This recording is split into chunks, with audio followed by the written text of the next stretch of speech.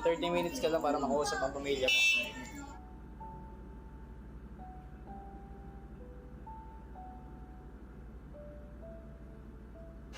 Ma! Anak, na,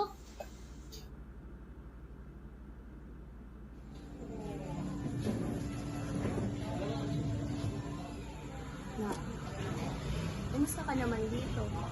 Nakakakain ka ba ng maayos? Nagdala kita ng pagkain, no?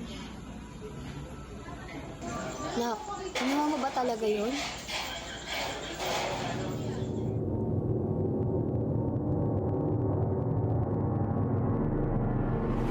Hello? Sir? Nandito na po sa tapat ng bahay na sinasabi niyo po sa akin. Sige, nasabi ko na kay Mayora na parating ka na dyan. Kanina ka pa niya hinihintay. Sabihin mo na lang na ako yung nagpadala sa'yo dyan. Sige po sir. Salamat po ulit.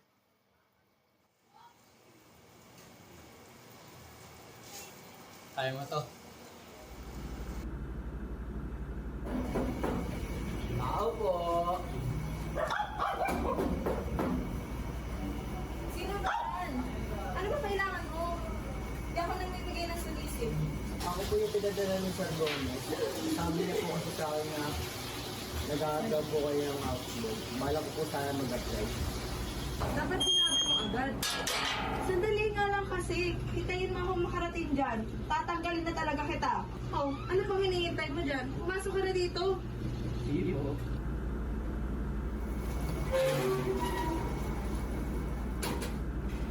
Ano po ba mga gagawin ng trabaho dito? All around ang trabaho mo dito. Pinubuhan ng sahod, libre ang pagkain mula tanghalian hanggang hapunan. O siya, busy pa ako. Alam mo naman na siguro yung mga gagawin mo dito. Pakisara na lang yung pintuan mo.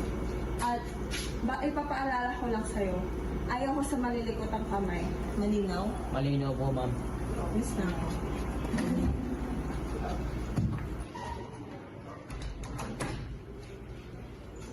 Ano kaya unang gagawin mo dito? Bahala na nga. Kaya mo to, Pat.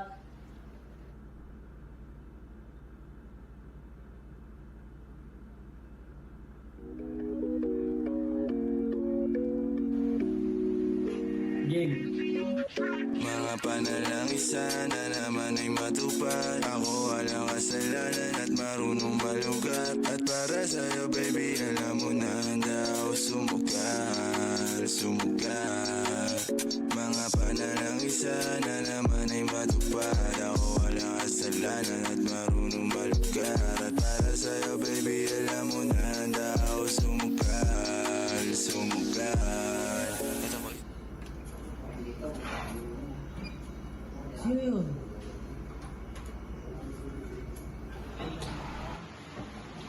Natapos din sa mga gawain. Magpahinga din. Sino ka? Bakit ka andito? Takan na, magkana pa mo. Bakit nakabukas to? Anong nangyayari dito? Oh, andyan ka na pala. Tumawag ka ng pulis, magkana ako dito. Anong magnanakaw? Bitawan mo nga siya. Siya yung bagong houseboy natin. Hindi ko naman alam na kumuha ka ng bagong houseboy ah. Bakit? Nagtanong ka ba? Bakit? Kailangan ko nga magtanong? May karapatan din ako sa bahay na to. Bakit? Nasaan ka ba? Di ba lagi kang gabi umuwi? Lagi ka pang lasing? Sa'yo pa talaga nang galing ah. Bakit? Sino ba yung laging wala dito at inuuna ang ibang tao kaysa sa asawa niya? Lintik naman, Cyrus. Alam mo namang busy ako sa pangampanya. Wala na akong oras para sabihin pa sa'yo yan. Nakaintindi ka ba? Tangina, kampanya? Puro na lang punyeta kampanya na yan. Mataas na posisyon mo. Nag-aangit ka pa naman sa mataas na posisyon? Tama na! Ayaw ka na may pagtalo sa'yo. Bahala ka sa buhay mo! Lintik na buhay yan. Ayos ka lang ba? Pagpasensya mo na, sir mo. Hindi naman ganun yun. Sadyang lasing lang siya. Okay lang po ma'am.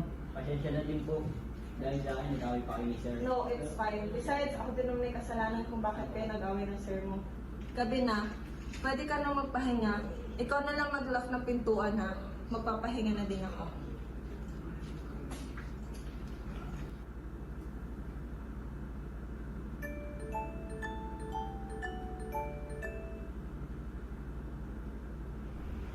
Excuse lang ba? May tupad ba tayo mga pangarap mo?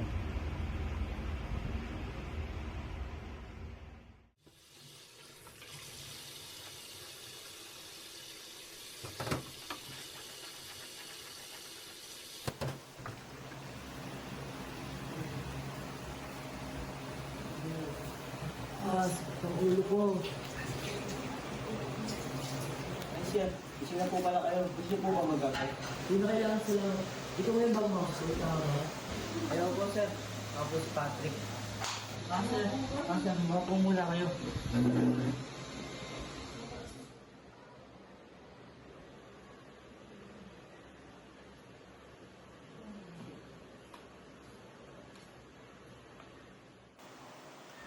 Pagpasensya mo na pala yung asal ko kagabi ah. Hindi ko kasi alam na kumuha pala ng bagong katulong yung mom mo. Okay lang po yun, sir. Wala po sa akin yan. Siya nga pala, asan pala yung mom mo? Si ma'am po, umalis po siya ng maaga. Nagmamadali nga po eh. Lagi naman eh. Ah, sir. Pwede po ba ako magpaalam sa inyo? Mamaya po. May pass po kasi ako eh. Sige lang, di naman ako sanggol para bantayan mo ito sa bahay. Basta, wag ka lang kapag gabi ng uwi ah, kasi magalit mom mo eh.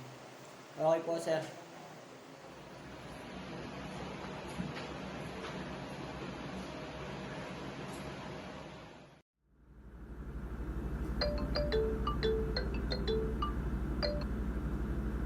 Hello, ma. Hello, anak. Kamusta ka naman dyan? Kamusta naman dyan sa pinagtatrabahuhan mo? Okay lang po, ma. Medyo muntik na po masapak ng amo ko. Pero okay naman po. Naku, anak. Mag-iingat ka dyan, ha? Umiwas ka sa gulo. Pagpasensyahan mo na ang mama, ha? Ikaw pa ang gumagawa ng paraan para lang makapagtapos. Kundi lang sana namatay tatay mo, baka hanggang ngayon maayos ang buhay natin. Mo isipin yun, ma. Ako pa ba? Matatag kaya tong anak mo. Sige na po, ma. Mauna na po ako. Papasok pa po ako eh. Sige, anak. Yung bilin ko, ha? Huwag mong kakalimutan.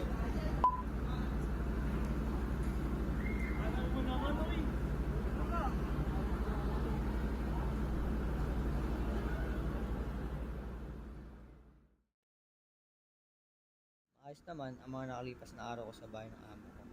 Kahit kadalasan ay puro away nila mag-asawa ang laging nasasaksiyan. Pagsasabi ko naman ang pag-aaral at pagtatrabaho ko bilang houseboy. Di man kalakihan ng sahod, at least kaya ko suportahan ang pag-aaral ko kahit papano. Hanggang sa dumating ang araw na hindi ko inaasahan, isang pangyayari na siya ring sisira sa buong pagkatao ko. Ano po ginagawa niyo dito? May kailangan po ba kayo? Sige sir. Huwag ka nang pumalag kung ayaw mong iputo ko sa tagaliran mo to. Sir, wala po akong pera. Wala po yung makuha sa akin. Sabi sa'yo, hindi ko kailangan ng pera. Ang kailangan ko sumunod sa mga autos ko. Lahat gagawin ko. Hindi lang po ako papatayin. Magkakaroon ako. Gagawin mo lahat ng gusto ko ah. Guys. Sir, ano pong gagawin nyo? Sir! Sir! Sir! Uy! Kanina ka pa tulala dyan ah. Ayos ka lang ba? Wala po. Ayos lang ako. Uy, di ka na ba sasabisahan namin sa thesis namin? Sige na, mauna na ako. Uy! Uy! Ano ba? Ano to?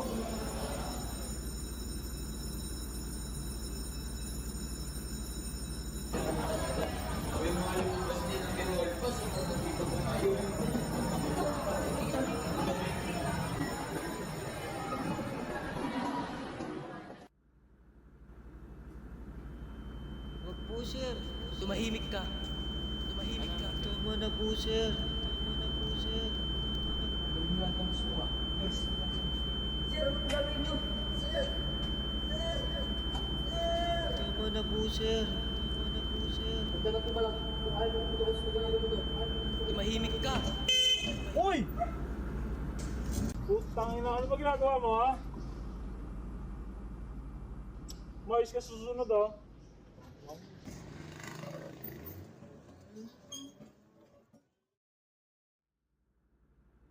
Patrick?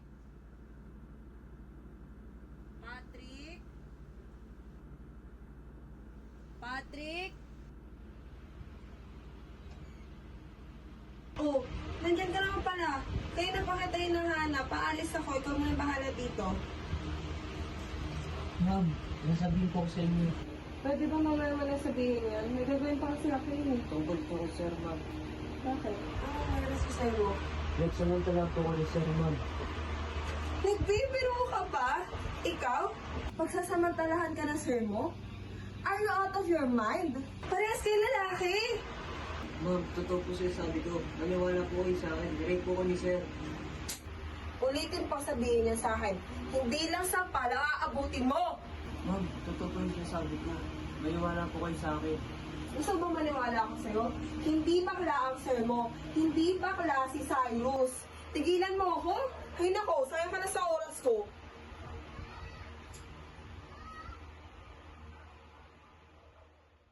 Mr. Rivera, you've been absent for almost 2 weeks. Maaari ka ba malaman kung anong nangyari? Wala naman po, sir. May sakit lang po ako. Pasensya na po. I see. Akala ko kung napano ka na anak. Sayang kasing talino mo kasi konti na lang gagraduate ka na. Get well soon. Ako na bahala magsabi sa iba mong prof about your condition. Maraming salamat po, sir. Ay, sir. May gusto lang po ako sabihin.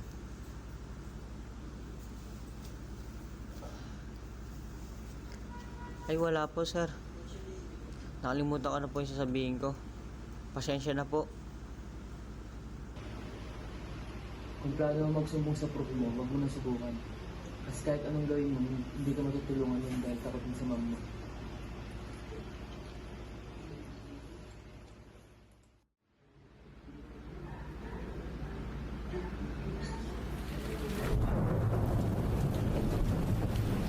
Guys, simulan pala. Panood na nga lang ako ng pala.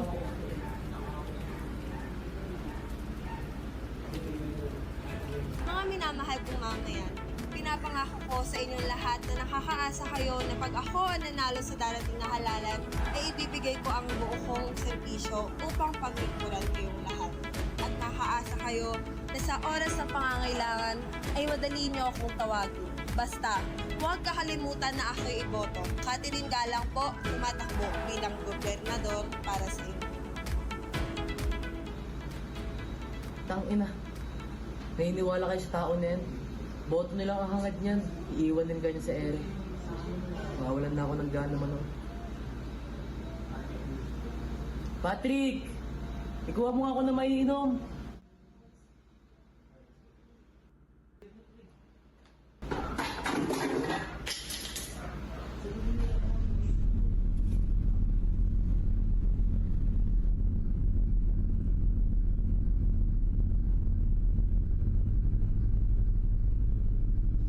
Patrick, asan na? Tangin na, bakit ang tagal?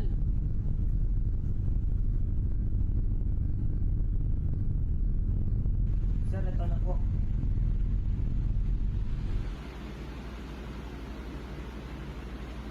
Bakit ang tagal mo? Kayo na pa ako nag-aantay dito. Pasensya lang po, sir. Ginawa lang po saglit. Ano nga yun? Teka lang. Samahan mo ko uminom dito. Di pa uminom, sir. Ang hina mo naman. Natuturuan ka to. Tangina! Tignan mo ginawa mo sa mukha ko. Sinugatan mo pa? Pasensya na po, sir.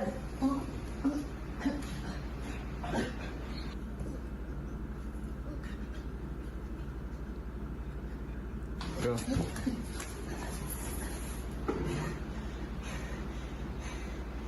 Sige, suko mo lumapit. Ako ba tinatakot mo? Sige, isaksak mo. Hina ka pa.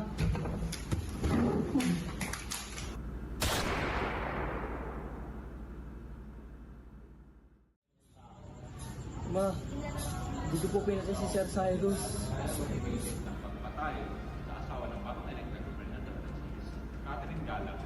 Pakinggan po natin ang live interview. Pwede po ba makinoon? Sige. Maaari po ba namin malaman kung ano po ba ang nangyari ng gabing yon? May naglulusan sa pagkakatay na aking minamahal na asawa. Dapat nagsiselebrate na kami ngayon ng pagkatanalo ko kaso pinatay siya ng hospital namin.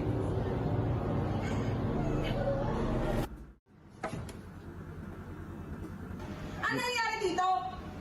Huwag kang mangialam dito kung ayaw mo madamay. Nawawala ka na ba sa tinuan mo, ha?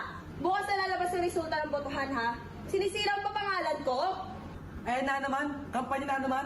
Tanga na, puro kampanya na lang inaatupag mo. Mas maraming oras pa ang ginugugol mo sa ibang tao kaysa sa akin. Tapos magtataka ka ba tawag ka ganito? Sinakripisyo ko yung sarili ko, mapakasalan lang kita. Para hindi masira pangalan ng daddy ko. Pero ano, nagpakasal ako para magduda sa piling mo. Nagpakalalaki ako para sa'yo. Pero putang ina, hindi ito yung buhay na ginusto ko. Alam mo kung bakit ako naglalasing? Kasi ayaw ko na. Sawang-sawa na ako sa'yo at sa mga kasinungalingan mo. Bakit? Tingin mo ba ginusto ko ikasal sa'yo? Tingin mo ba ginusto ko tong relasyon na to? Hindi! Ikaw mo sabihin na parang ikaw lang nahihirapan sa relasyon ito. Dahil unang-una pa lang, pera mo lang ang hangad ko. So, ginamit mo lang pala ako. Magagamit ka.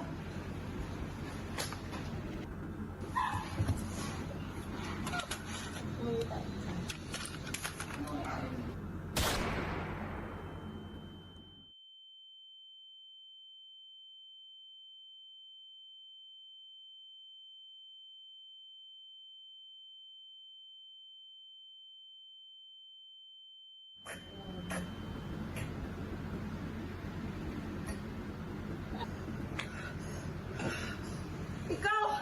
Oo, ikaw! Ikaw yung pumatay sa asawa ko! Ikaw!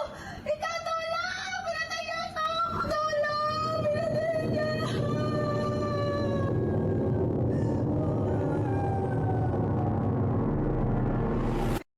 Kaya para sa pumatay sa asawa ko, isa lang masasabi ko sa'yo. Pagbayaran mo ako yung na ginawa mo. Ayun lang masasabi. Sinungaling ka. Sinungaling ka. Hindi ako pumatay kay sir. Sinungaling ka.